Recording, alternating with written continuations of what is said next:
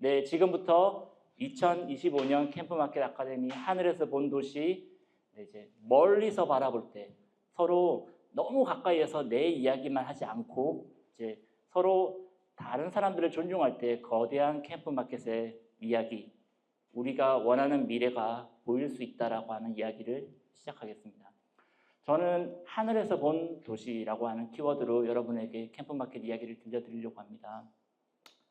풍선을 매달고 집이 둥둥둥둥 떠가는데요. 영화의 한 장면입니다. 네. 그리고 이제 어디로 가는지 잘 모르시죠?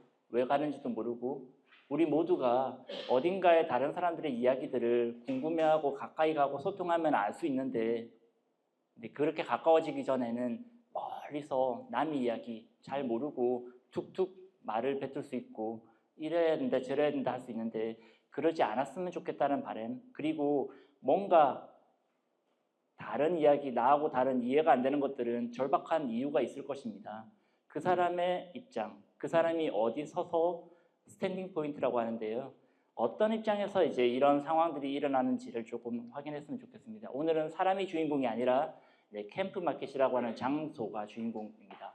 캠프 마켓은 어디에 있는지, 그리고 우리가 그 공간에 대한 부분들, 그리고 공간에서 제가 앞에 있고 여러분이 뒤에서 앉아 계시는데요. 앞과 뒤, 서 있고 앉아 있고의 이런 관계가, 여러분들은 저를 바라보고 계시고요. 저는 이제 여러분들이 듣고자 하는 내용들을 설명해 줘야 되는데 이렇게 공간이 세팅되는 것이 곧 우리의 관계와도 관계가 있습니다. 그런 이야기를 좀 들려드리려고 하고요.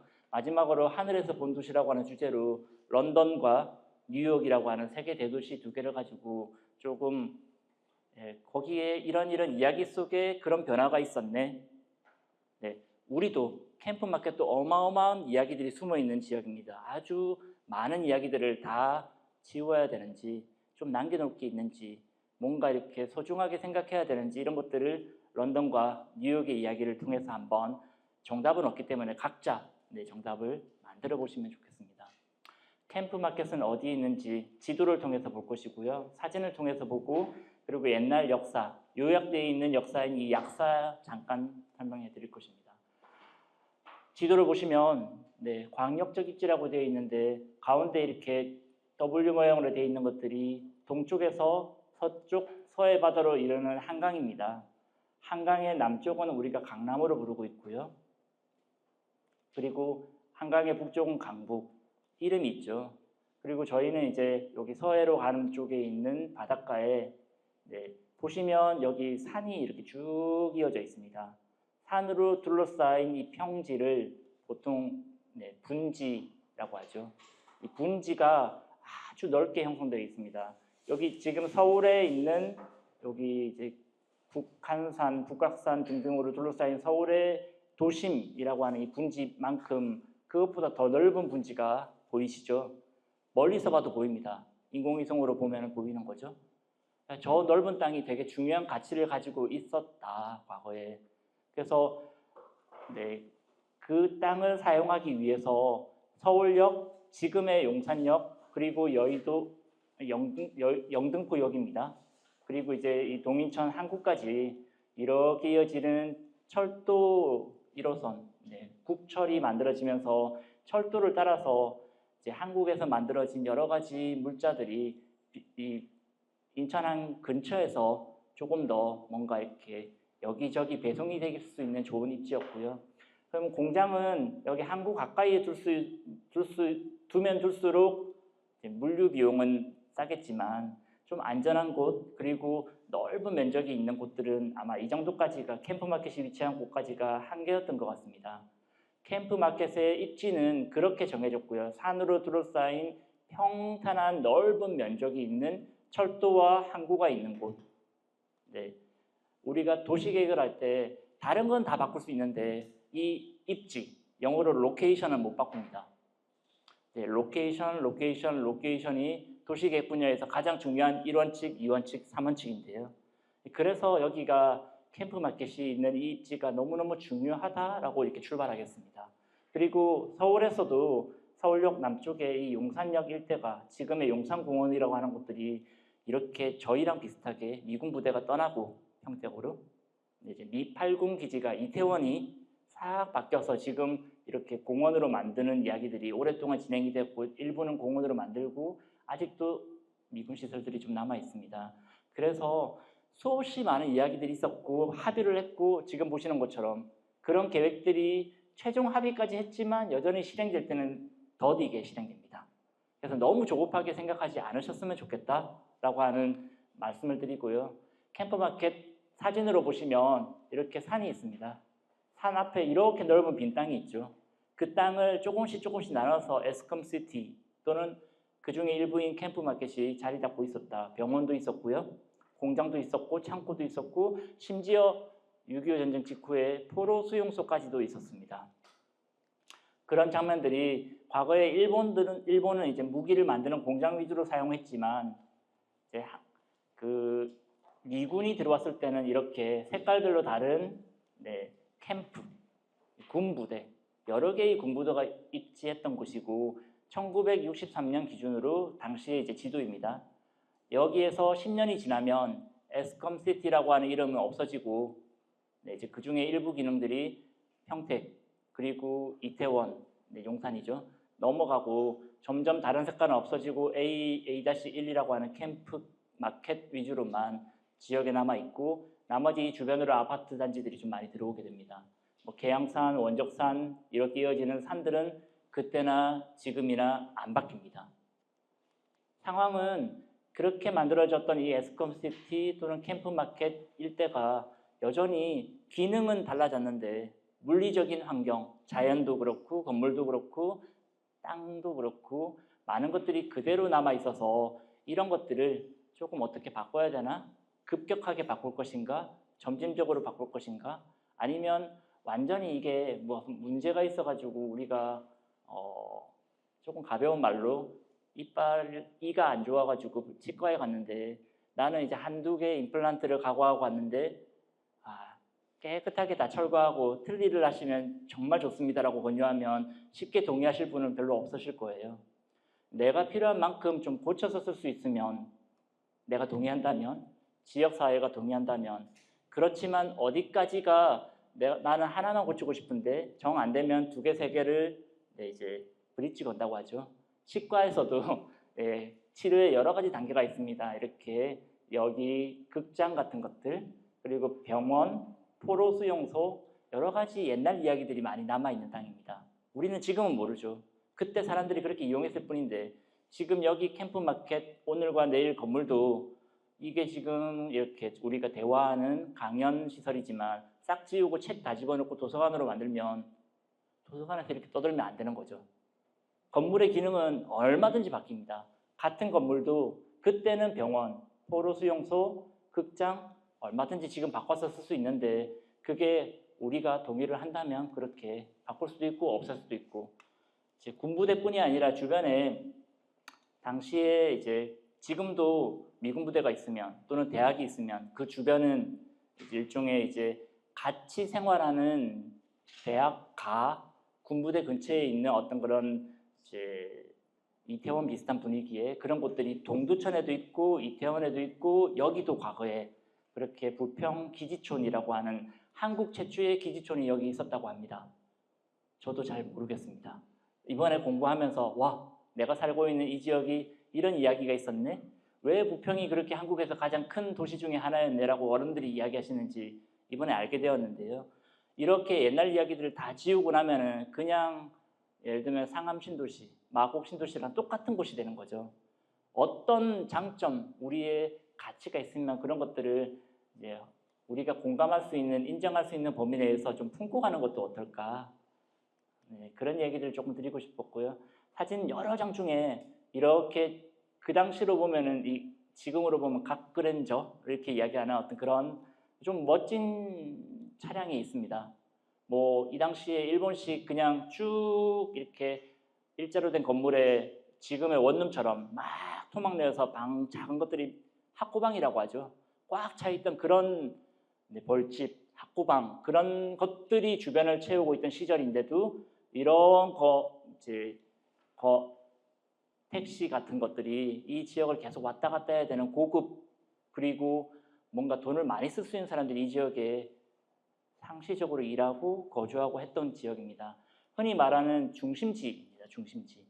부평은 아주 중심지였고 새로운 마을이었습니다.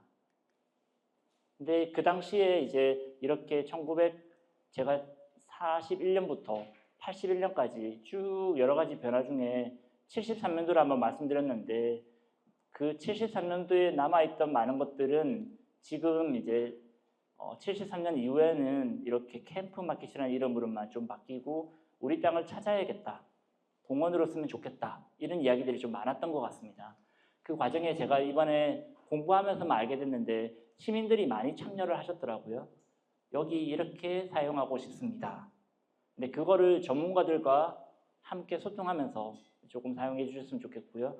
제가 왜 그렇게 얘기하는 아파트 재개발, 재건축 등등을 할 때도 주민들이 막 뭘 만들어 달라고 해요. 그래서 수영장 원하셔가지고 만들어 드리면 관리비는 어떻게 합니까? 근데 이제 만약에 200가구밖에 안 되는데 수영장을 만들면 관리비에 한 달에 10만 원씩 내셔야 됩니다. 감당이 안 되는 거죠.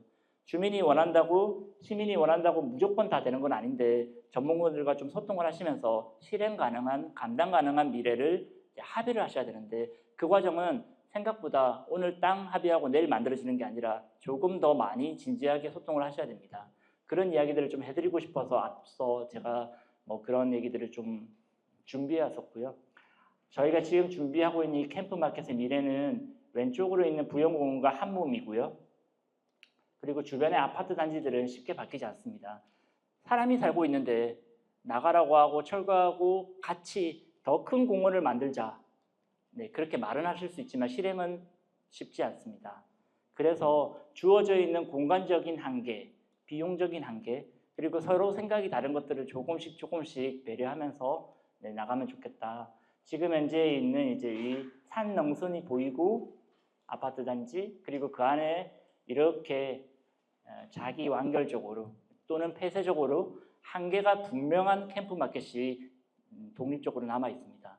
이렇게 생뚱맞게 남겨져 있는 이 땅을 우리는 소중하게 생각하고 이제 조금 더 진지하게 생각할 필요가 있지 않을까. 지금 제가 보여드리는 자료들은 작년에도 아주 전문가들이 준비했던 강연 자료를 일부 가져와서 좀 보여드리는 상황입니다. 그래서 이렇게 건물도 있고 외부 공간도 있고 조금 더 자연스럽게 여기가 어떻게 점진적으로 변화하면 어떨까라고 조금 제안드리고 싶었고요.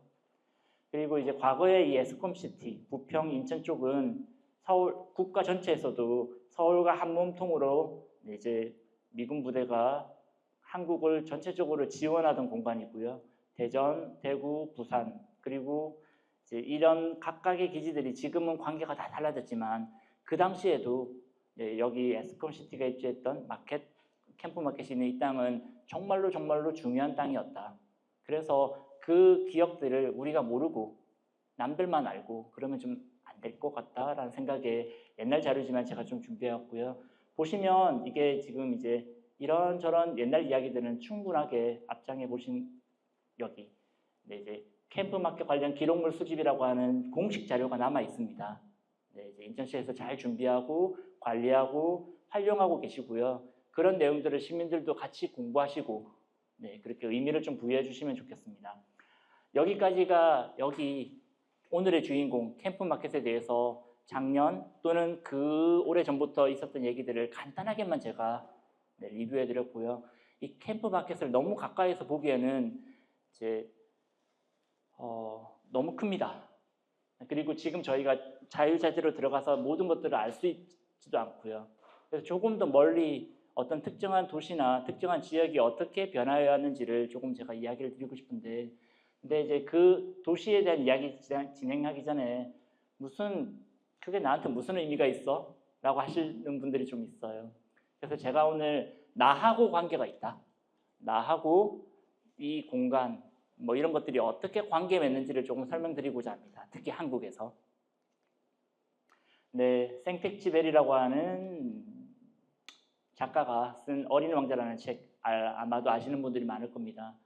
여기 있는 지구 비슷하게 생긴 이 별은 그 당시에 소설에서 이름은 B612와 그리고 이제 어린 왕자가 갖고 있는 관계는 지금 우리가 발 딛고 있는 지구와 우리 개인이 갖고 있는 관계랑 전혀 다른 비례죠.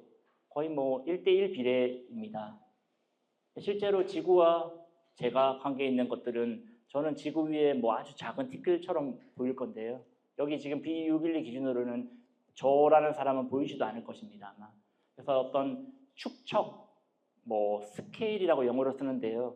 약간의 이제 우리가 미니어처라는 단어를 아실 겁니다. 뭐 차가 그랜저가 이렇게 큰데 아주 작은 모형 그랜저를 만들어서 아이들이 갖고 놀기도 하고 그런 미니어처에 대한 비율, 비례 이런 것들을 이제 공간의 기준이라고 제가 스케일이라고 하는 단어로 조금 표현하고자 하는데 이게 그런 것들이 레오나르도 다빈치 그리고 다음 장에 나와 있는 이제 뭐 어떤 특정한 건축가들도 사람이 공간의 가장 중요한 가치다. 그래서 지금 이거는 이제 사람의 몸 자체의 비율이나 이런 것들을 좀 계산이 되어 있는 휴먼 스케일이라고 하는 어떤 그런 내용이고 실제 건축과에 가면 이렇게 스케일 바라고 해서 줄자 비슷하게 막대기로 되어 있는 자가 있는데 자가 삼각형입니다. 그래서 여기는 예를 들면 밀리미터, 여기는 센티미터, 여기는 인치 서로 다른 비율들을 이렇게 전환해서 판단할 수 있는 흔히 말하는 번역기입니다. 그런 방식으로 사람을 기준으로 여러 가지 미국에 가면 인치, 한국에서는 뭐 척, 뭐 그리고 이렇게 미터 막 이런 개념으로 사용되는데 이거를 제가 지금 이제 건축가들이 저런 크기에 대한 감각들을 이제 자연에 있는 빛을 이용해서 이렇게 외부 공간, 내부 공간 또는 건물이 한 칸, 한 칸, 한 칸 우리가 이제 한국 건물로 가면은 목조 건물이라서 기둥 사이를 한 간이라고 합니다. 그리고 우리 방에도 이제 4베이, 3베이 이런 아파트 할 때도 이런 베이 같은 개념들을 쓰는데요. 그런 방을 건축이란 방으로 구성되어 있는 A Society of Room 또는 이제 뭐 Room of Society 이렇게 어떤 방식이든 하나의 방이 건물에서 되게 중요한 사람이 머무르는 어떤 공간적 가치를 가지는데 이게 어린이집에 가면은 어린이들을 위한 사이즈로 변기도 네, 이제 소변기든 대변기든 다 작아야 됩니다. 그리고 노인정에 가면 경로당에 가면 어르신들이 걸어갈 수 있는 계단의 높이 저희가 그냥 쓰는 것보다 훨씬 낮습니다. 그리고 야외에서는 계단의 한 단의 높이가 더 높고요. 실내로 가면 한 단의 높이가 낮아지는데 상황에 따라 관계에 따라 맥락에 따라 미묘하게 스케일들을 공간의 기준들을 다르게 적용해 줘야지만 사회적 관계가 정상적으로 작동합니다. 그래서 지금 자꾸만 살아가는 방법이 달라지고 있습니다. 새로운 사회, 새로운 개발과 건축물. 과거에 없던 건축물들이 이렇게 뿅뿅뿅 나타나는데요. 이런 과정 속에서도 우리가 껍데기보다는 이 안에서 사람들이 어떻게 활동하고 있도록 준비가 되어 있냐? 건물의 내부 공간도 조금 이해하시면 좋겠다. 캠프 마켓도 그냥 하나의 캠프 마켓이 아니라 그 안에 있는 하나의 셀, 룸, 건물 각각이 구성하고 있는 요인들이 어떻게 관계 맺고 있는지가 되게 중요한데 우리는 반환된 지 얼마 안 돼서 한 4년 됐죠. 캠프 마켓을 제대로 지금의 공간을 한 번도 체험해 본 적이 없습니다. 잘 모르는데 어떻게 저게 필요 없다. 저게 보존되어야 된다. 이렇게 뭐 조금 빨리 결론 내리기보다는 결론이야 언제 어떻게 내리더라도 우리가 좀 잘 알기를 바란다라는 마음이 좀 있고요. 그래서 제가 지금 이게 잘 와닿지 않으실 수 있지만 매우 전문적인 도면을 하나 가져왔습니다. 왼쪽을 보시면 그냥 동그란 벽이라고 까만색이 벽입니다. 벽이 있고요. 문이 하나만 뚫려 있습니다. 그래서 이 문을 뚫고 들어오면 바로 룸이 하나가 있는 거죠. 두 번째는 예를 들면 이게 2층 평면입니다. 2층이니까 외부 출입문은 없죠. 1층에서 가운데 계단을 타고 올라왔어요. 그리고 난 다음에 왼쪽으로도 오른쪽으로도 위도 아래도 다 한 번만 들어가면 되는 공간들이 있습니다. 그래서 위계로 보면 여기는 공간이 하나고요. 두 번째는 처음에 계단 타고 올라왔던 땅 하는 1번 공간, 그 다음에 한 번 더 들어가는 2번 공간들이 4개가 있습니다. 그리고 똑같은 모양인데 여기는 문이 하나 있어가지고 1번 공간으로 들어가면 그 다음에 2번 공간까지는 이렇게 이 복도가 있고요. 복도 다음에는 3번 공간으로 주르륵 들어갈 수 있는 3번 공간이 6개가 이렇게 방으로 열려 있고 복도에 방이 6개 매달려 있습니다. 그 중에 흔히 지금으로 따지면 안방 역할을 하는 공간에 들어가면은 안방에 딸린 화장실이 하나 있다고 치면 그건 4번인 거죠. 공간의 깊이가 있습니다. 그게 질서고 관계를 설정해 주거든요. 이렇게 안쪽에 뭔가 더 이렇게 숨겨져 있는 공간들이 있으면 거기는 다른 가치를 가지고 있는 거죠. 여기 그냥 3번 6개 방 중에 그 4번이 딸려 있는 방은 아파트에서는 안방이 되는 거죠.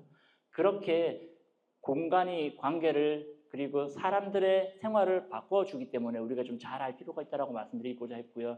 나머지 이것도 형태는 여기 두 번째부터 네 번째까지가 형태가 똑같습니다. 근데 공간의 깊이나 맥락이 좀 다르다 설명드리려고 했고요. 그냥 그림만 가져오면 잘 안 보여서 밑에 조금 이제 번호를 매기고 이렇게 보여드렸고, 공간의 깊이는 여기는 하나, 여기는 둘, 여기는 4까지 있고요. 똑같이 4까지 있고 여기는 공간의 깊이가 3까지밖에 없고요.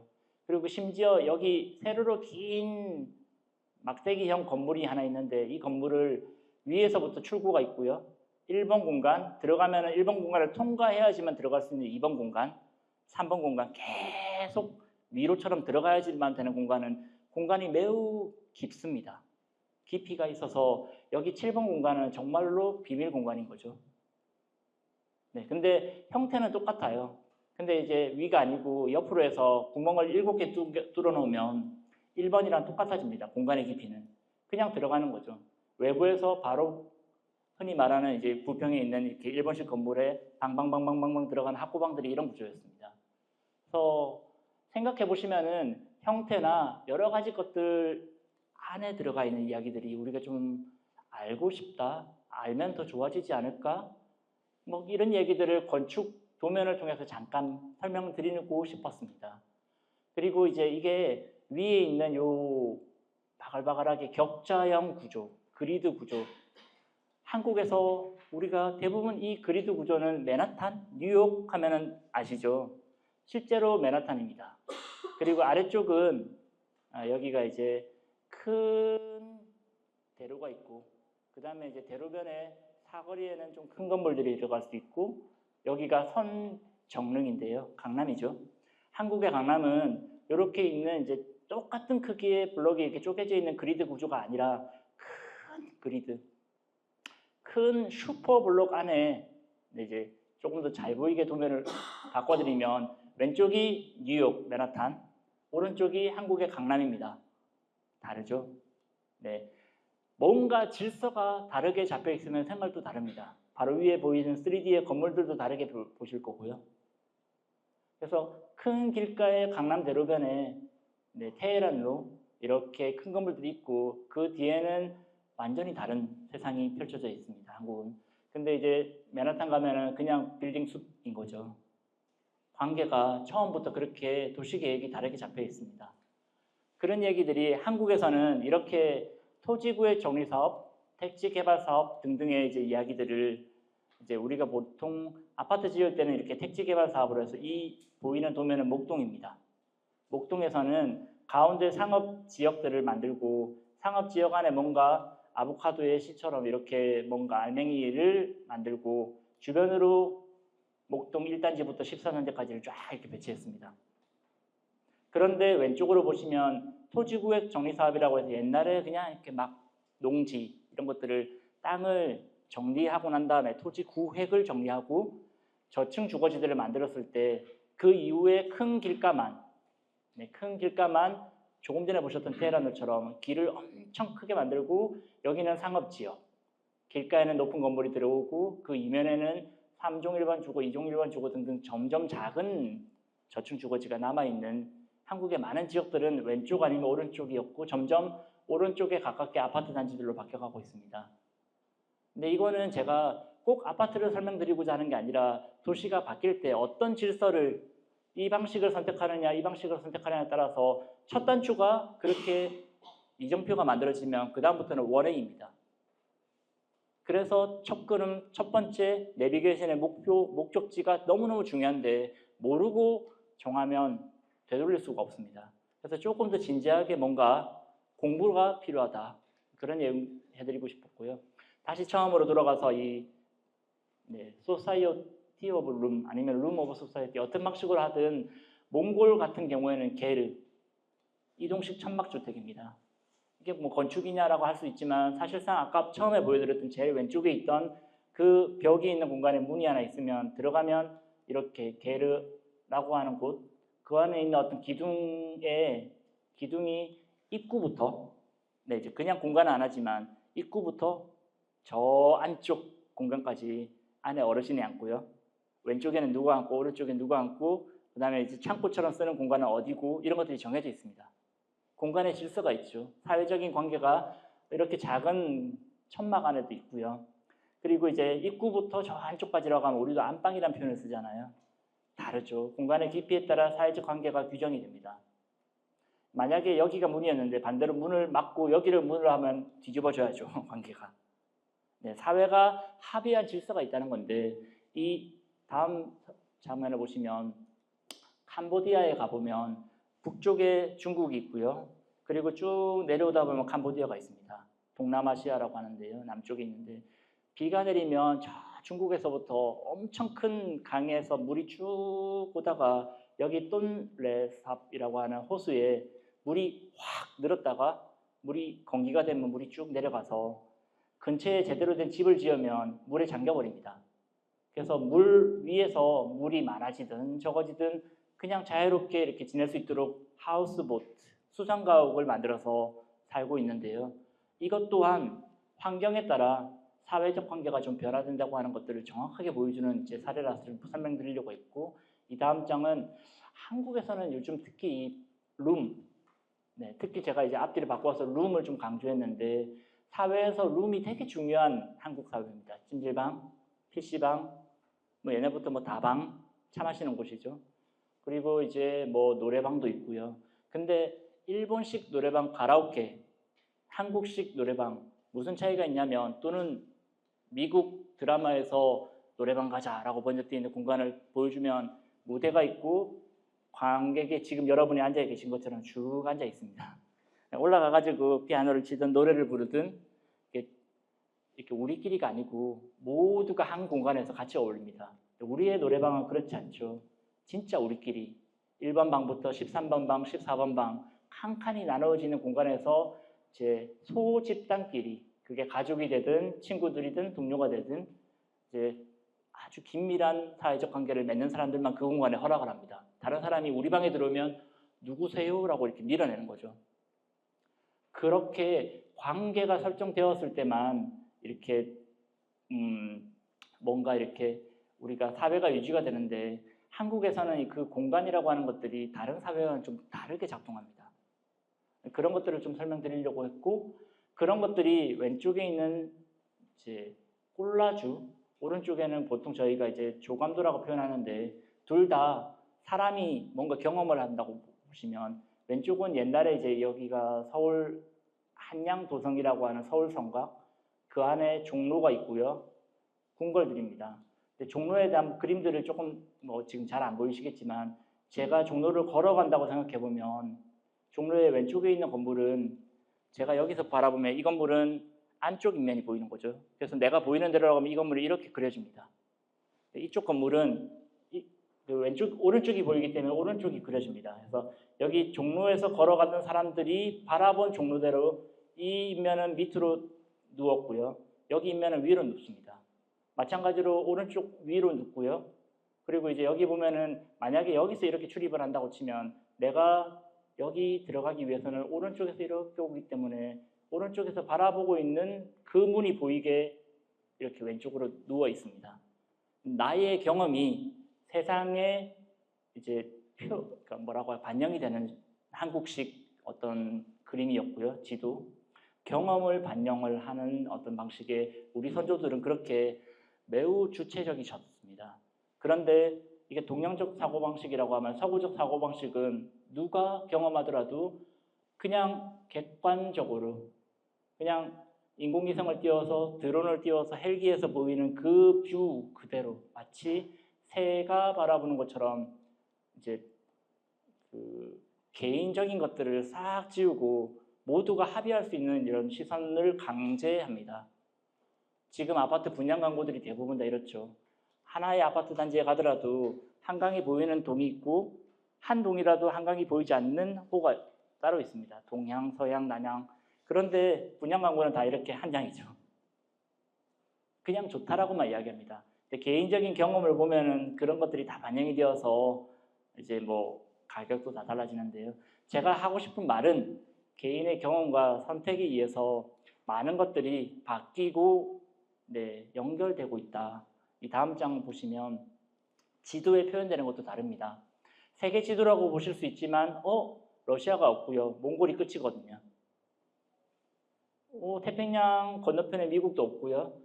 여기 있는 이제 중동 지방 건너편에 있는 아프리카도 없습니다. 아시아만 그려놓은 도면입니다.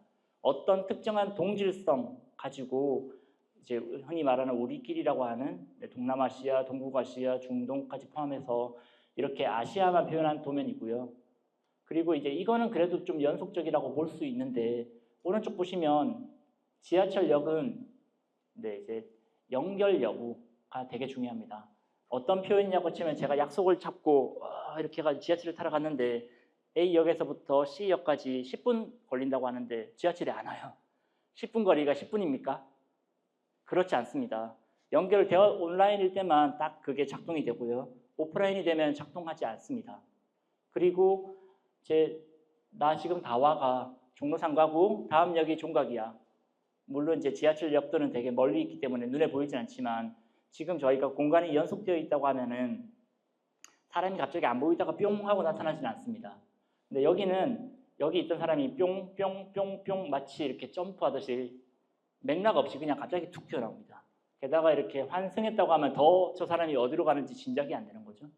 그런 것들을 연결 앞에 초자를 붙여서 제가 초연결 사회라고 얘기하는데 쉽게 말하면 조금 더 이제 더 주로 와닿는 이야기들은 내비게이션 많이 쓰실 텐데요. 차량 내비게이션도 똑같이 여기 출발지 서울에서 목적지 부산까지 갈 때 가장 빨간색을 따라가면 최단 거리고요. 고속도로처럼 이렇게 파란색 길을 따라가면은 최단 시간이 걸린다고 치면 어떤 사람들은 이제 연비를 생각해서 이렇게 빨간 길만 가겠다 하는 사람도 있고 나는 약속 시간을 정해놨는데 지켜야지 하고 큰 길 따라서 돈을 내더라도 이렇게 최단 시간을 이용하는 사람이 있는데 누가 어느 길을 이용하는지가 이렇게 사회적 관계, 시스템, 프로그램, 뭐 카카오 맵, 네이버 맵, 뭐 또는 T맵 이런 데서 실시간으로 개인의 선택들이 그래서 거기가 정체 구간이면 거기 말고 다른 길로 안 납니다. 무슨 말이냐면 내가 선택했는데 내가 반복적으로 뭔가 참여하면 사회가 바뀌는 거죠. 초연결 시대에서는 개인의 선택이 매우 직관적으로 나는 의식하지 못하지만 바로 사회에 접속되고 연결되고 바뀝니다. 그래서 이게 변화의 핵심으로 우리 개개인의 이야기들이 예전에는 뉴스도 기자가 현장 찾아가서 정리했는데 지금은 SNS에 올라오는 것들을 기자가 거꾸로 이렇게 모아가지고 뉴스 나오기도 하거든요. 그래서 개인 그리고 변화의 핵심 이런 것들을 우리 한 명 한 명이 선택되는 것들이 되게 중요한 어떤 가치가 있다. 그리고 심지어 개인의 선택과 반복적 참여가 심야버스 노선을 결정할 때도 이렇게 사용이 되었습니다. 여기 보시면은 이제 뭐 이런저런 얘기가 있는데 택시가 어디서 승차하고 어디서 하차했다는 기록들은 있거든요. 그리고 KT 통화량이라든지 여러 가지 GIS 정보를 보면 어떤 노선들의 밤에 사람들이 택시를 많이 타니까 저기에 심야버스를 다니게 해줘야지. 엉뚱한 데가 아니고 사람들이 많이 필요한 곳에 심야버스 노선을 결정하는 겁니다. 다음 장도 보시면 도로명 주소, 대중교통정보, 도시계획, 건축물, 토지, 비오톱, 하청관리, 기상청 뭐 온갖 것들을 다 이렇게 데이터베이스화하는 시대거든요.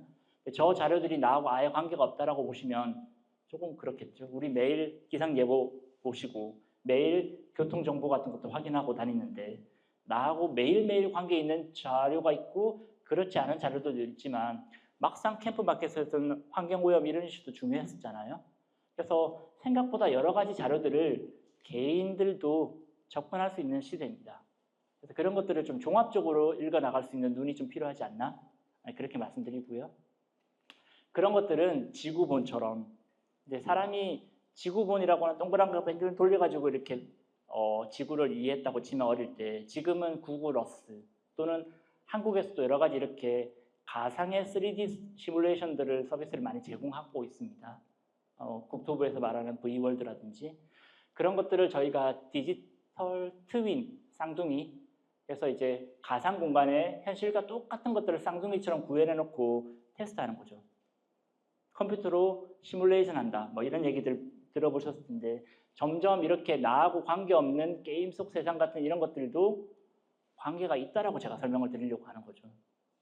그래서 조금 진지하게 여러 가지를 바라보시고 너무 조금 가벼운 얘기들만 많이 드렸지만 이제 실제로 뭐 하늘에서 바라본 도시 또는 다른 도시에 대한 이야기들을 조금 빠르게 진행하겠습니다. 네, 지구가 이렇게 우주에서 보면 이렇게 둥글게 보인다고 하죠. 네. 그리고 그거를 쭉 펼치면 둥근 지구가 지도 위에 펼쳐지려고 하면 이렇게 평지가 되면서 저 위에 점밖에 없는 것들이 위쪽에서 쭉 여기는 예를 들면 10cm인데 위에 있는 10cm를 여기 1m에다가 펼치려고 하면 10배에 대한 왜곡이 있을 수밖에 없습니다. 그린란드가 생각보다 작은데 엄청 크게 보이는 것처럼 지도라고 하는 것들은 항상 왜곡이 있다. 그리고 또 의도가 있다. 어떤 방식으로 어떤 목적으로 만들었는지 이거는 제가 이제 학교 때 뭐 이런저런 자료들 중에 이제 서울 지도 안에 런던, 서울, 뉴욕 이런 것들을 조금 이렇게 오버랩 시켜가지고 만들었던 지도를 좀 장난삼아 만들어봤던 어떤 그런 시절이 있었는데 이런 얘기들은 이제 지도라 아니면 뭐든지 간에 이렇게 보시면 저희가 뭔가를 뭐가 제일 중요하지? 이런 것들을 좀 그 안에서 읽을 수 있습니다. 근데 이제 도시 이야기를 하려고 했더니만은 도시가 출발이 뭐지? 사람들이 어디서 모여 살지? 왜 모여 살지? 가만히 생각해 보면 과거에 이집트, 메소포타미아, 인더스 황하, 마야 이런 것들은 대부분 다 이제 고대 문명의 발상지라고 하고 있고요. 큰 강을 끼고 있습니다. 주변에 이제 산들이 있고요. 뭐 이런 것들을 보면 물과 뭐 어떤 산이라든지 사람이 살만한 어떤 그런 풍족한 여건들이 만들어졌을 때 이제 그 당시에는 자연에 종속되어서 도시가 문명이 탄생했고 그 이후에는 뭐 서울, 베이징, 도쿄, 런던, 뉴욕 등등 자연을 극복해 나가면서 도시 계획, 도시 개발을 하고 있습니다. 네. 근데 이제 우리의 캠프 마켓도 아까 말씀드렸던 것처럼 이렇게 산으로 둘러싸여 있는 분지형 지형의 평탄 지형이라고 말씀드렸는데 분명히 어떤 자연에서 도시가 탄생한다는 것들을 간단한 그림으로만 한강도 이렇게 강이 있으면 물이 모이는 곳들은 좀 땅이 낮은 곳이죠. 땅이 낮으면 높은 데는 위쪽에 산이 있고요. 아래쪽에도 산이 있습니다. 관악산, 북한산. 위에서부터 물이 내려와서 그리고 이제 동쪽에 강원도 쪽이 높기 때문에 동고 서저형으로 해서 동쪽에서부터 서쪽으로 한강까지 물이 흘러가는 거죠. 그런 자연의 질서 속의 도시가 자리를 잡았고요. 조금 더 확대해서 보면 이제 베이징 같은 경우에도 베이징은 아예 평지 위에 지형을 인공적으로 좀 형성했는데 거의 없습니다. 산도 없고요. 다음 장 보시면 베이징은 산이 아주 멀리 있습니다. 그냥 맨 땅에 뭔가를 만들어 갔던 어떤 그런 되게 중국 사람들이 뭐 우리가 뭔가 세상을 이렇게 만들어 간다라고 하는 중화 중심주의 같은 것들이 좀 표현되어 있고요. 그리고 일본 도쿄 같은 경우도 태평양에 면한 이 만 바닷가를 마치 인천의 청라, 송도 등등 매립하면서 이제 땅을 만든 것처럼 여기 도쿄 쪽도 여기 계속 매립하면서 확장이 되었습니다. 그런 부분들은 일본 도쿄가 이렇게 태평양에 면한 만 쪽에 쭉 물이 들어와 있는 거기에 이제 비교적 안전한 곳에 자리를 잡으면서 안전하지만 점점 바다와 관계를 맺는 것들을 확장시켰고요. 뉴욕 같은 경우도 이렇게 이게 맨하탄입니다. 뉴욕이고요. 건너면 브루클린이고 이렇게 이 맨하탄도 대서양의 면한 만으로 돌출되어 있는 요 뾰족한 반도 이탈리아 반도, 한반도처럼 반도되어 있는 그 땅에 뭔가 물과 관계 있는 땅이고요. 여기도 바닷가에 가깝지만 조금 더 안전한 곳 그런 맥락이 있습니다.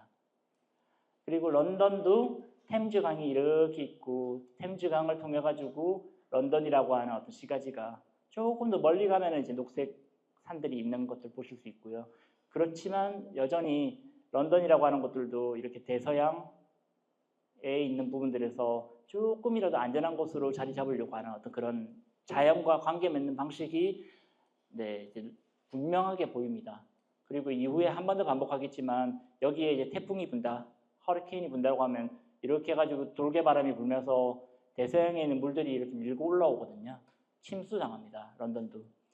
홍수에 대한 시뮬레이션을 통해서 필요한 시설들을 현대의 기술로 마치 한강에도 이제 보를 만든 것처럼 뭔가 만들어가는 것들인데 도시를 만들어가거나 이런 것들은 자연과 어떤 관계를 형성하고 바꾸고 네 이제 뭐 그런 것들을 조금 더 이제 네 이게 도시라고 하는 것들은 쉽게 말하면 자연이라고 하는 그 배경 위에 사람들이 모여 살면은 도시가 됩니다.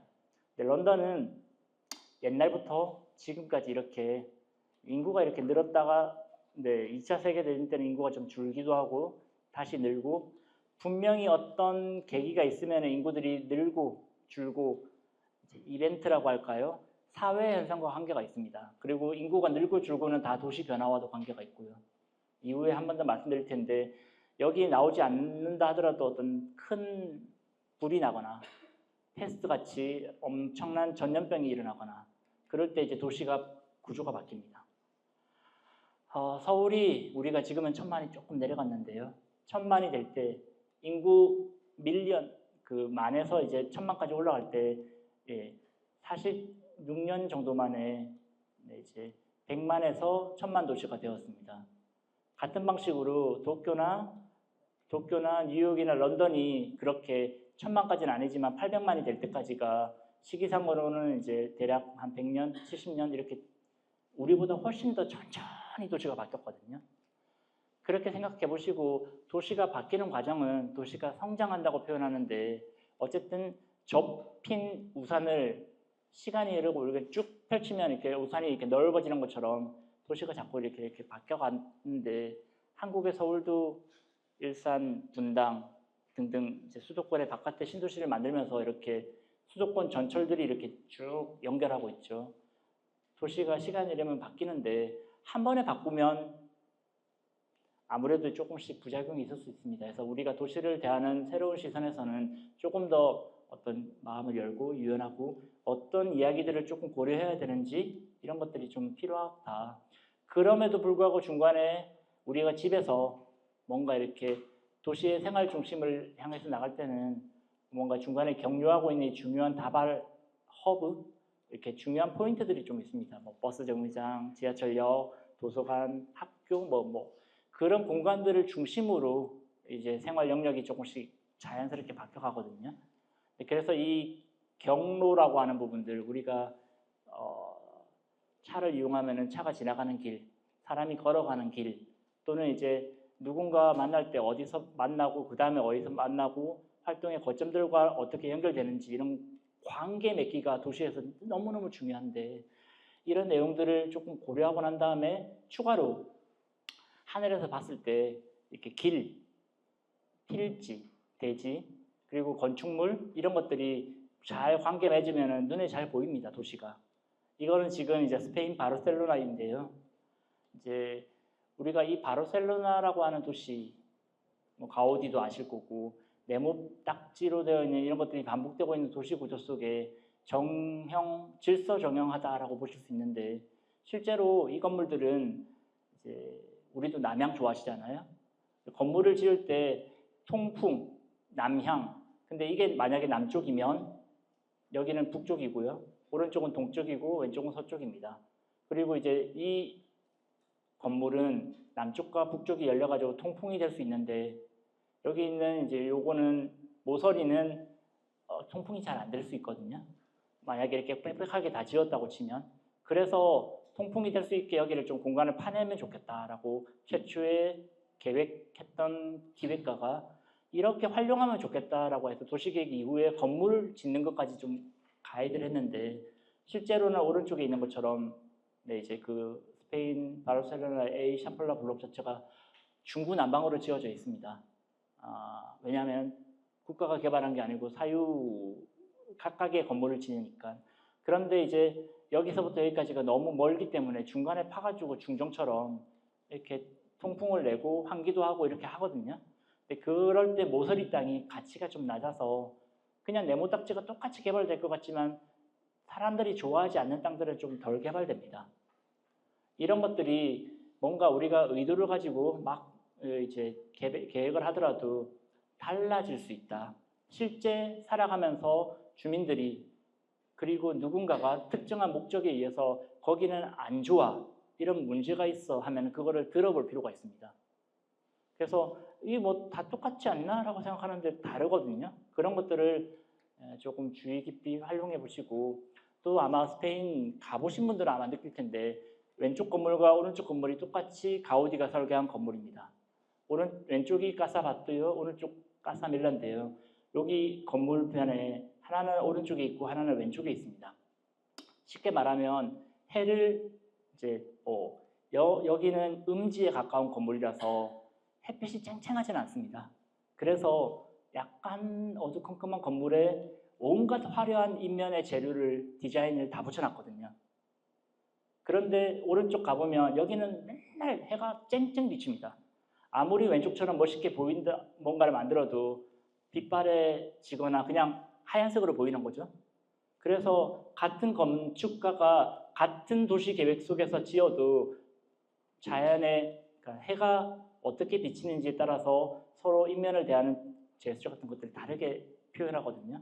그래서 너무 직관적으로 여기는 이래야 돼 라고 이렇게 내 마음대로 생각하기에는 조금 다르다. 복잡한 어떤 그런 것들이 있고 요 까사 밀라 주택이 모퉁이에 있습니다. 모퉁이에 있기 때문에 하나의 건물이 뭔가 통풍이 좀 힘들 거라서 가운데 비워두고 한 집을 땅콩주택처럼 두 개의 집으로 쪼개놓고 그 중정 두 개를 만들고 중정을 통해서 다 이렇게 환기가 되도록 설계를 했거든요. 이런 것들이 되게 뭔가 밖에서 보이는 것과는 좀 다른 이야기들이 분명히 도시 안에, 건물 안에는 있기 때문에 좀 진지하게 전문가들과 함께 소통하는 게 필요하고요. 과거에는 지금 저도 이 눈높이, 아이레벨로 이렇게 걸어가면서 도시를 다 경험했는데 여기 1783년도에 처음으로 풍선을 타고 이제 몽골피의 형제가 하늘 위에서 도시를 이렇게 내려다봤습니다. 물론 엄청 높은 에베레스트 이런 데 올라가면 다 보이겠지만 이런 경험을 통해서 이제 하늘에서 바라보니까 좀 다르게 보이는 거죠. 그 당시에 이제 이렇게 밑에 있는 파리 시내는 상하수도 이런 것들이 제대로 갖추어지지 않아서 우리 다 알고 있는 것처럼 이제 뭐 지저분한 도시였습니다. 그래서 여성들의 하이힐도 이렇게 바닥에 묻지 않도록 떠 있기 위해서 하이힐을 만들었고 또 하나는 향수 같은 것도 냄새가 너무 많이 나니까 뭐 만들기 시작했다라고 하는 것들을 얼핏 이야기를 전해드렸는데 그렇게 경험하던 지저분한 파리가 올라가서 보니까 멋있는 거죠. 다르게 보인다. 그래서 그 다르게 보이는 것들을 여기서 보는 것만이 정답이 아니고 다르게 보이는 것도 있네라고 하면서 이제 입체파라고 하는 사물을 하나의 시점이 아니라 우리가 손잡이가 있는 물컵이라고 보면 손잡이를 제가 잡고 이렇게 보면은 분명히 손잡이가 보이는데 이렇게 돌리면 손잡이가 안 보이거든요. 그리고 이렇게 위에 이렇게 물 쏟아지게 이렇게 보면은 좀 다르죠. 바닥으로 보면 또 좀 다르고 정말 다르게 보이는 시점을 여러 개의 시점을 이렇게 콜라주처럼 막 이렇게 눌러놓습니다. 아까 처음에 말씀드렸던 종로의 위아래를 다르게 인면을 누워서 만들었던 우리의 콜라주 도면과 비슷한 게 입체파의 시선인데요. 세상을 바라보는 대하는 새로운 시선이 이때쯤 되게 많이 전 세계적으로 어필되기 시작했습니다. 그리고 이제 그렇게 세상이 바뀌는 것들에 대해서 한번 세상이 어떻게 바뀌었는지 한번 조사해 볼까? 런던이 옛날 도시에서부터 점점 도시가 확장되고요.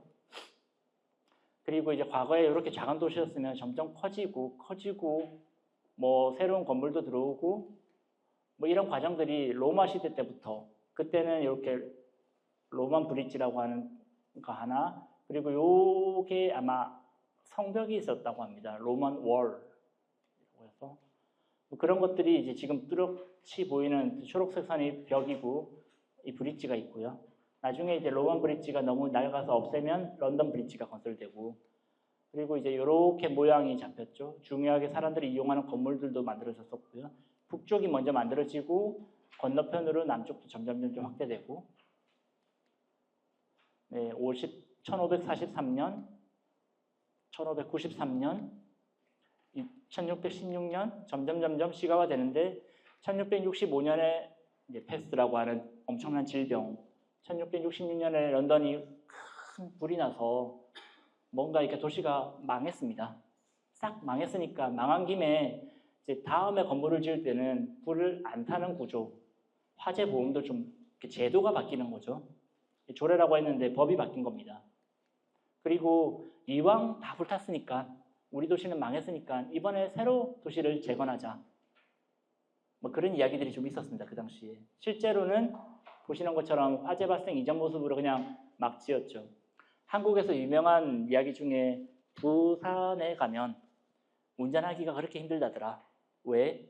피난민들이 6.25 때 내려가서 집을 막 지었어요. 길을 내야 되는데 집 때문에 길을 못 내니까 길이 이렇게 구부정 가는 거죠. 그리고 더 나아가서 답답하니까 고가 도로를 만들어서 도로가 지나가고 있고요. 그럼 고가 도로를 버티는 이렇게 기둥 같은 것도 도로 중간중간에 있습니다.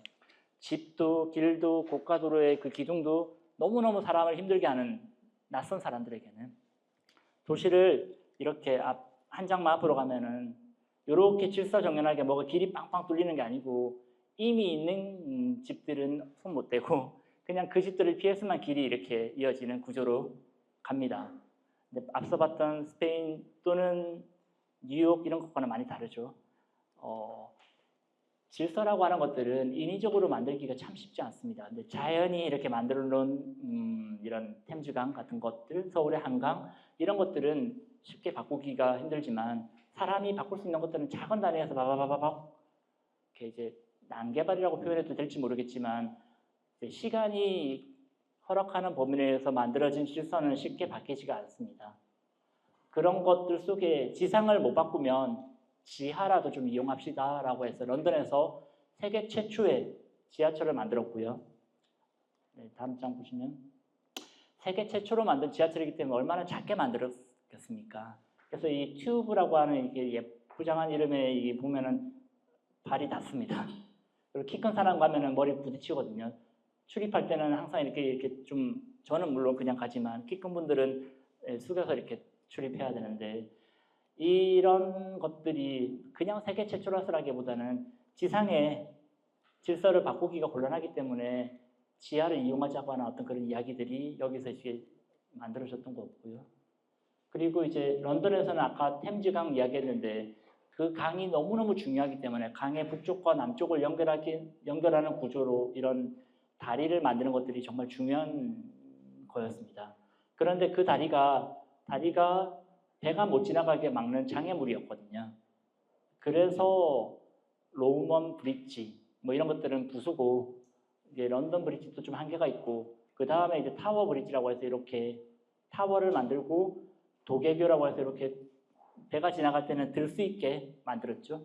사람들의 생활이 요구가 달라지면 이렇게 기술적으로 허락하면 바뀝니다. 그런 도시의 변화가 점진적으로 그리고 이제 북쪽에 세인트 폴 성당이 있고요. 남쪽으로 오면은 옛날에는 공장이었는데 지금은 테이트 모던이라고 하는 박물관이 하나 있는데요. 그렇게 중요한 곳을 연결하기 위해서 2000년에 밀레니엄 브릿지를 만들어서 템즈강을 즐기는 또 하나의 어떤 명소가 됐는데 아래가 있기 때문에 그걸 연결하는 밀레니엄 브릿지가 의미가 있는 곳이 됐거든요. 뭔가 이야기가 있을 때 그 이야기를 활용해서 도시가 바뀌면 전 세계적으로도 이렇게 그렇게 공감대가 있다고 합니다. 앞서 잠깐 이제 두 개의 다리 설명드렸는데 이렇게 대서양에서 큰 자연재해가 밀고 들어오면은 여기가 다음 장 보시는 것처럼 뭐 시뮬레이션이긴 하지만 1928년도에 런던이 대홍수를 겪었고요. 이거는 지금 이제 런던 아이가 있으니까 2000년 이후에 그냥 컴퓨터로 시뮬레이션한 홍수 이제 그냥 컴퓨터 그래픽입니다.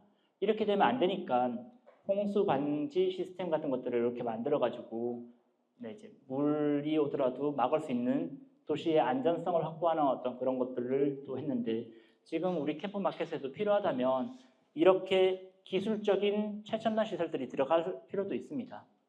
그래서 뭔가 그냥 옛날 걸 남기고 또는 새로운 걸 넣고 왜라고 하는 그 왜에 대한 답변이 중요하거든요.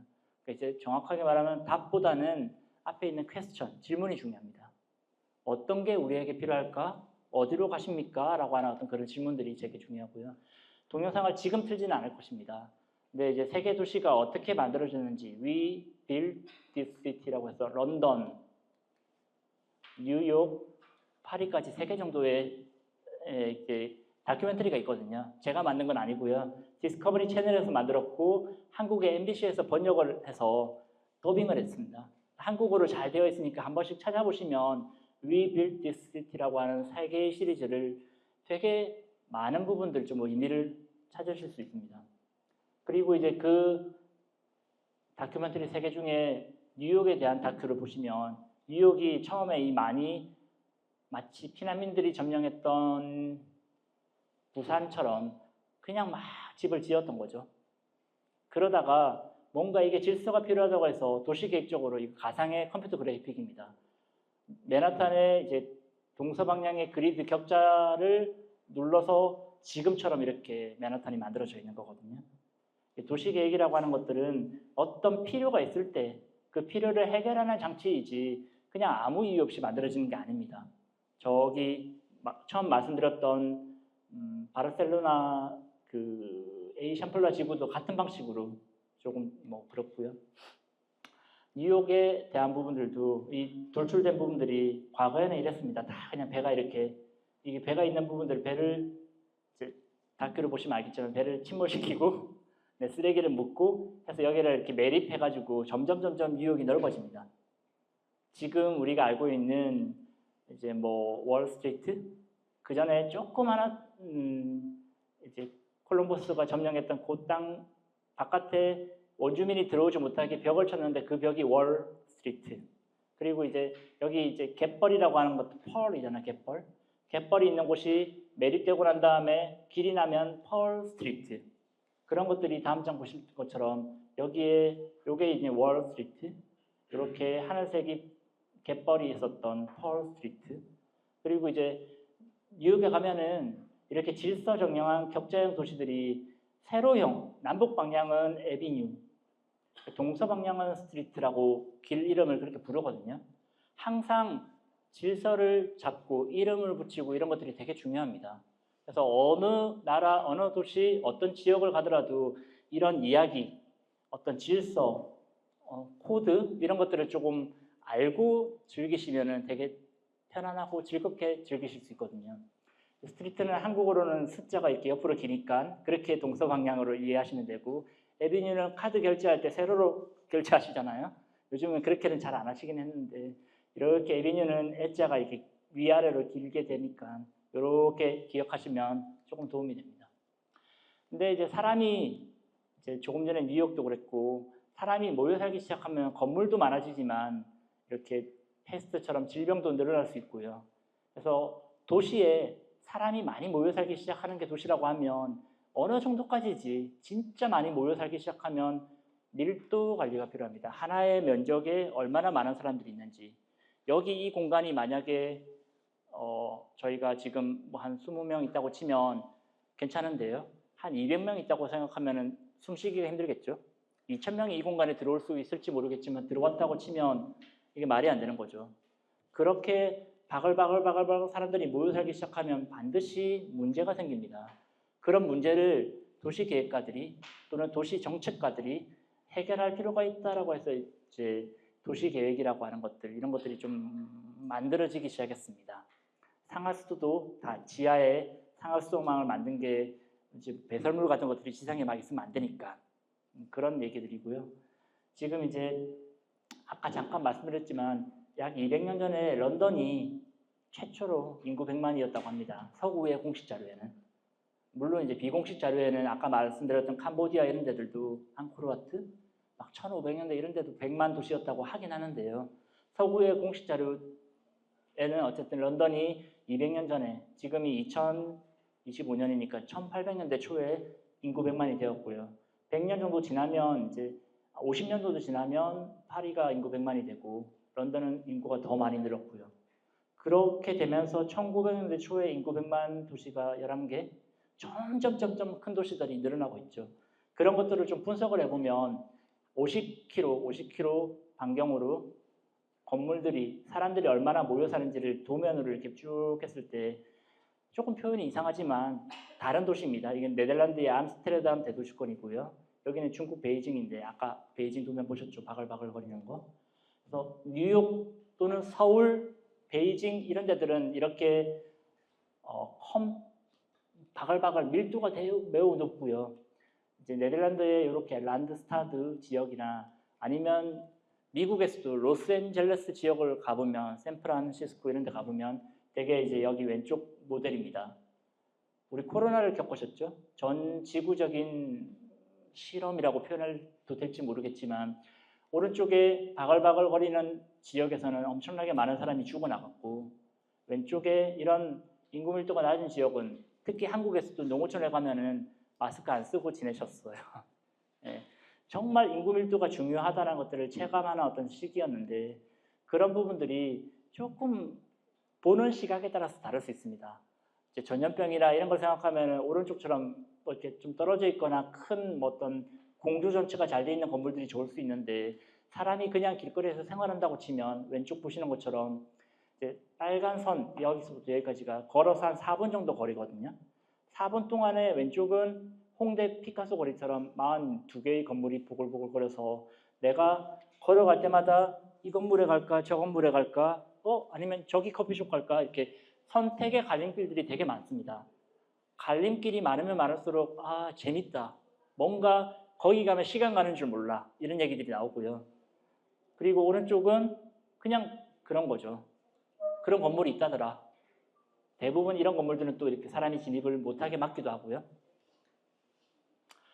1961년도에 이제 뭐 저술가기도 하고 도시계획가기도 하고 기자였기도 했고요. 이름은 제인 제이콥스인데 미국 대도시의 죽음과 삶이라고 해서 미국 대도시가 죽어가고 있다 아니면 죽었다라고 강하게 이야기하시면서 이렇게 바글바글거리는 골목길들이 필요하다라고 이야기를 하신 분이 있습니다. 1960년대가 뭐냐면 한국에서 이미 알고 있는 근린주굴은 초등학교 주변에 이렇게 뭐 몇 개 뭐 이제 그런 식의 세상에서 조금 더 다른 방식으로 미국이 자동차가 아니라 사람들이 공공의 거리에서 인간이 작용하는 어떤 그런 것들이 되게 중요한 걸로 바뀌어야 되지 않을까 이런 얘기를 좀 한 40년, 50년 만에 좀 바뀐 거죠. 한국도 여전히 초등학교 중심에 자동차 타고 이렇게 진행되는 그 도시 계획이 아직 살아있지만 최근에는 아파트만 하더라도 지상에 주차장 두지 않습니다. 지하 주차장을 다 바뀌었고요.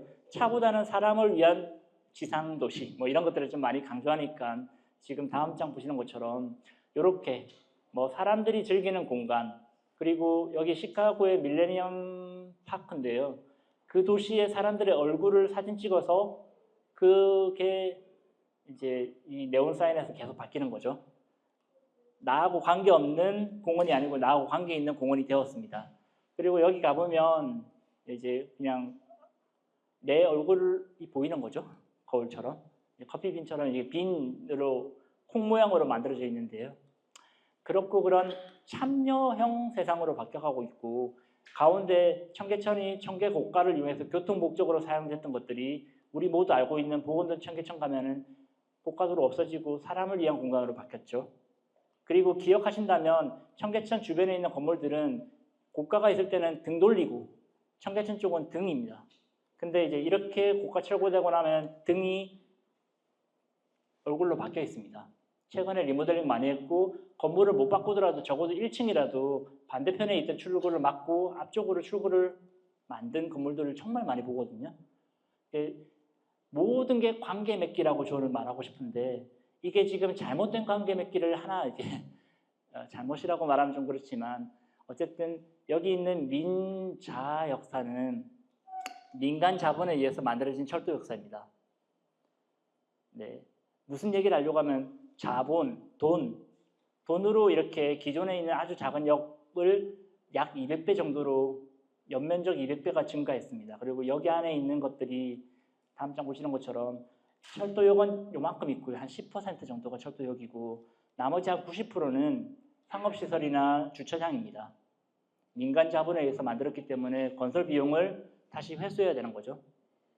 그래서 앞서 말씀드렸던 수영장 관리비, 이렇게 공사비나 뭐 자금을 회수하는 것들, 모든 것들을 좀 종합적으로 보시면서 이 캠프 마켓이 잘 사용되고 관리되고 할 수 있었으면 좋겠다. 그래서 최초에 들어가는 돈, 유지하는 돈, 그리고 우리가 얻는 이제 만족감, 이런 것들을 종합적으로 좀 보시면 어떨까 싶었고요. 이제 거대화, 상업 위주의 복합화, 뭐 이런 부분들이 캠프 마켓에서도 일어날 수 있습니다. 용산공원도 미팔군 이전하고 난 다음에 용산공원의 여러 가지 중에 이름을 정확히는 모르겠지만 이제 큰 용산공원의 왼쪽, 오른쪽에 유엔사 부지나 뭐 이렇게 몇 개의 다른 건물들은 주상복합 건물을 지으면서 돈 되게 개발을 하고 있거든요. 돈 되게 개발하는 것들은 조금 옆으로 보내고 가운데 큰 곳은 공원으로 만들어서 사용합시다. 이렇게 합의를 보고 있어요. 그래서 캠프 마켓에서도 그런 부분들이 좀 작동될 수 있도록 뭔가 이렇게 개발 사업 또는 정비 계획, 우리가 이렇게 뭐 캠프 마켓이 어땠으면 좋겠다를 다음 단계에서 공원, 교통, 환경, 문화, 교육, 그 전까지는 이제 칸막이 행정처럼 계속 이렇게 합의를 했지만 또 바뀌고, 합의했지만 또 바뀌고, 지금은 조금 바뀌어서 함께 통으로 협력적 관계로 다 함께 이야기합시다. 서로 자기 이야기만 하다 보니까 오래 걸리겠죠. 오래 걸려도 이렇게 하는 것들이 이제 헛힘 쓰는 게 아니다라고 하는 것들을 증명하고 있습니다. 서구의 런던도 그렇고요, 미국도 그렇고요. 세계 대도시들이 개발되거나 변화될 때 한국에서는 뭐 5년이면 짓는 걸 저기서는 뭐 30년 걸리네, 50년 걸리네. 우리가 이해가 안 되는 것들이 많았거든요. 뭐 프랑스의 라데팡스도 그렇고요. 왜 그렇게 오래 걸려? 쟤네들 기술이 부족한 거 아니야? 이상해.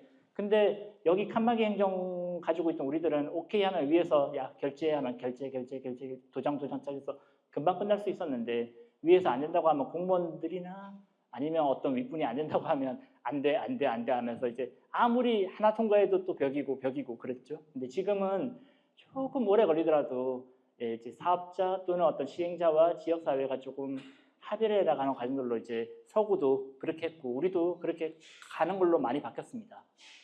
이 이제 캠프 마켓 부지도 우리가 한국이 어떤 이해관계가 있기 때문에 인천 그리고 이 부평의 지역사회 주민들 그리고 일부 전문가들 함께 모여가지고 한 번에 조금 일종의 난상 토론을 여러 번 이렇게 해나가시는 것도 좋지 않을까. 근데 그 과정에서 이 캠프 마켓에 있는 수없이 많은 이야기들, 정보들, 기록들은 우리 주민들이 좀 잘 아셔야지만 외부인들이 마음대로 결론을 내리지 않습니다. 앞서 제가 오늘 자료들을 설명드릴 때 2부, 3부만 해드릴 수도 있지만 일부를 다시 한번 작년에 했지만 가져와서 설명을 드린 이유가 좀 그런 거거든요. 잘 공부하시고 전문가들과 함께 여기 지금 파란 동그라미가 여러분이 주인이 되어야 되는 거거든요. 그래서 나머지는 전문가들이 끼고 지역사회가 주체가 되어서 이렇게 좀 캠프 마켓을 잘 만들어가고 관리하고 사용하시면 좋겠다는 생각이 좀 있습니다. 준비한 내용은 여기까지입니다. 고맙습니다. 혹시 질문이 있으시면 질문해 주시면 제가 페이지를 찾아서 이렇게 좀 보면서 같이 답변 드리겠습니다. 네, 혹시 마이크가 준비되어 있으면 좀 부탁. 네, 그러면 이렇게. 네, 노 박사님 그 영광이 진짜 잘 들었습니다. 네, 캠프마켓 같은 것은 지금 저희가 그 사회적 합의 과정 중에 있습니다. 네. 어떻게 해야 될까 하는 과정 중에 있는데 저기 보이시는 그 삼성사택, 미쓰비시 사택도 지금 30여 인치나 세 채만 남기게 돼 있습니다. 세 채는 안 적어서 국가근대문화유산 작업 중에 있습니다. 여기도 지금 139채, 약 16만 평 중에 139채인데 16채는 남깁니다. 시의 요구에 의해서 3채 포함해서 19개가 남겨있는데요. 요거 조병천이라는 것이 1939년에 시작해서 41년에 결정하고 그 시기에 1934년도에 조선시가지 계획이 네네. 그 계획령이 만들어졌습니다. 1940년도에 인천시가지 계획이 만들어진 겁니다. 지금까지 요즘 이겁니다. 일본의 산업탄광이나 군함도 같은 건 유네스코에 등재가 됐는데요. 요 남아있는 16개 남기지 않은 사회적 협의 과정을 위해서 이것이 과연 국가 등록문화재로 등록이 돼 있는지 인천시의 의지가 가장 강하지만 그 건축학적 문화적 사회적 측면에서 그게 가능한 건지 노 박사님이 한번 의견은 어떠신지 한번 듣고 싶습니다. 네, 보통 한국 사회에서 우문의 현답이라고 하는데 현문의 우문을 우답을 드리겠습니다. 네. 왜 남기야 되는지 아니면 남기면 뭐가 좋은지 이런 것들을 이제 질문해 주셨는데 질문은 분명히 필요한 질문입니다.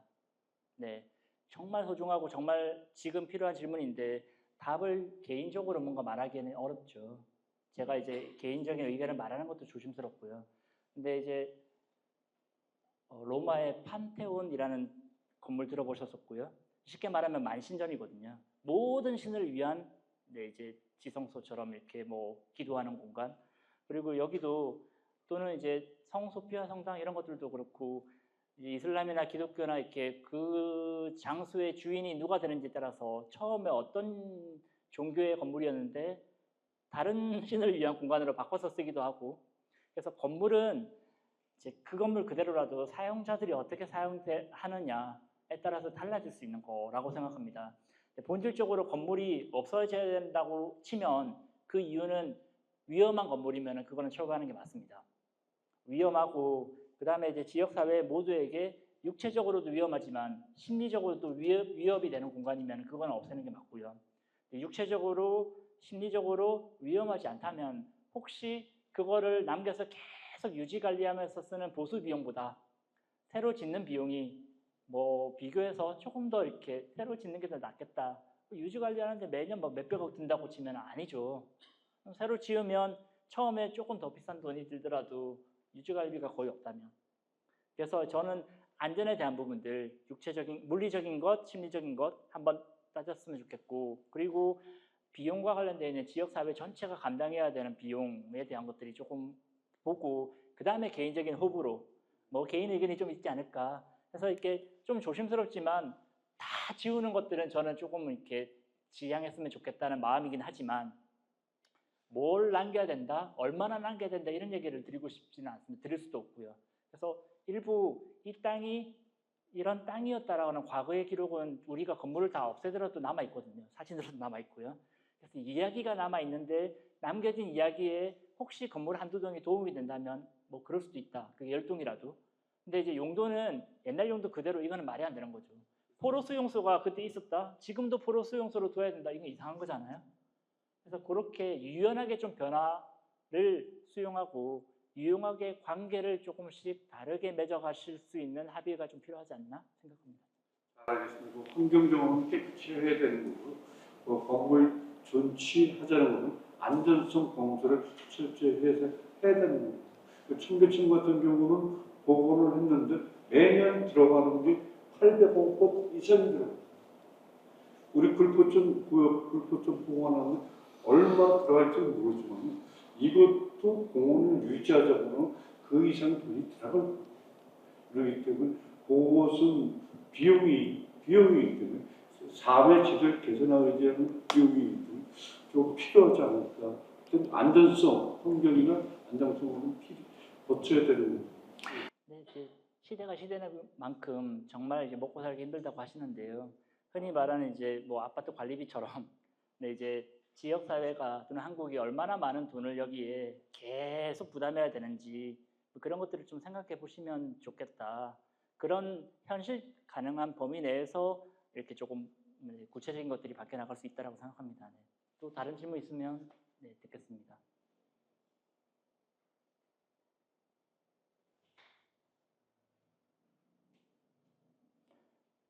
이게 선물이죠. 분명히 캠프마켓이 일본 또는 미군이 점유됐던 땅이었는데 한국으로 반환되어서 우리 거라고 말할 수 있고 우리가 사용할 수 있는 건 선물인데 선물을 받았는데 갈등이 서로 막 치고받고 하는 원인이 되면 좀 곤란하잖아요.